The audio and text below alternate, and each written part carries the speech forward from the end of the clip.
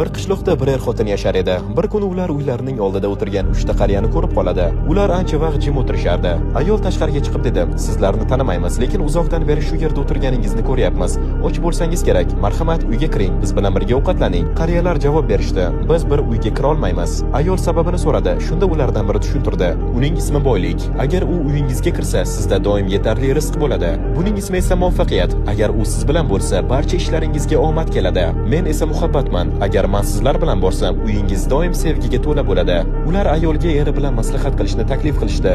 Er bu gaplardan juda xursand bo'lib dedi: "Boylikni chaqiramiz, uyimiz to'lsin." Ayol esa javob berdi: "Yo'q, muvaffaqiyatni chaqirishimiz kerak." Ular biroz bahslashishdi. Oxiri ayol chiqib qariyalarga murojaat qildi: "Orangizda kim muhabbat? Marhamat, sizni mehmon qilmoqchimiz." Muhabbat o'rnidan turib uy tomon yurdi, ammo shu payt qolgan ikkita qariya ham o'rnidan turib uning ortidan ergashdi. Ayol hayron bo'lib so'radi: "Axir sizlar birga kirishingiz mumkin emas degandingiz-ku, unda nega hammangiz birga kiryapsiz?"